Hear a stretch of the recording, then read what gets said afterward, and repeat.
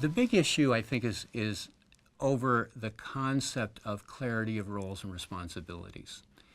Does the board know what, their side of the equation is versus the chief executive? And that's been talked about in many different ways, throughout. Boards need to be doing meaningful work and not be caught up in the mundane. And so it has to be the type of work that really, really excites them.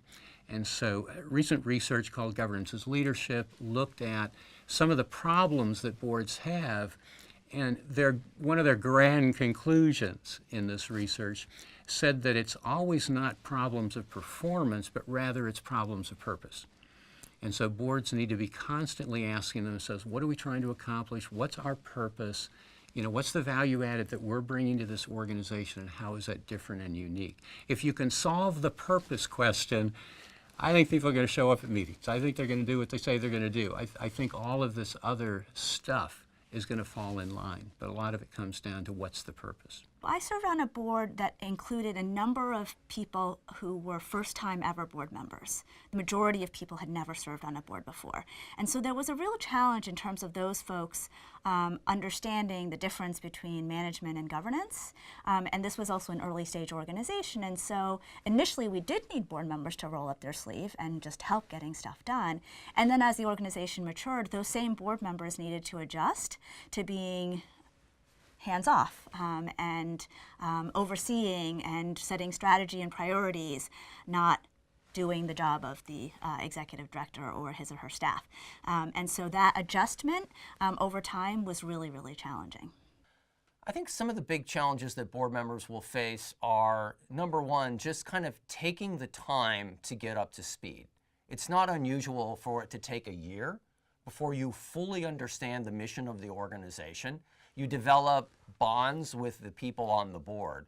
So I think have a long-term vision about the potential you'd like this organization to achieve, and really look not only to help intellectually drive that, but to be a contributing part of the culture of the organization. Finances can become all-consuming, and they're obviously crucially important, but they also can suck all the air out of the room and close the door on other things which can drive the organisation forward. So there's got to be a mix of dealing with the present and actually planning for the future.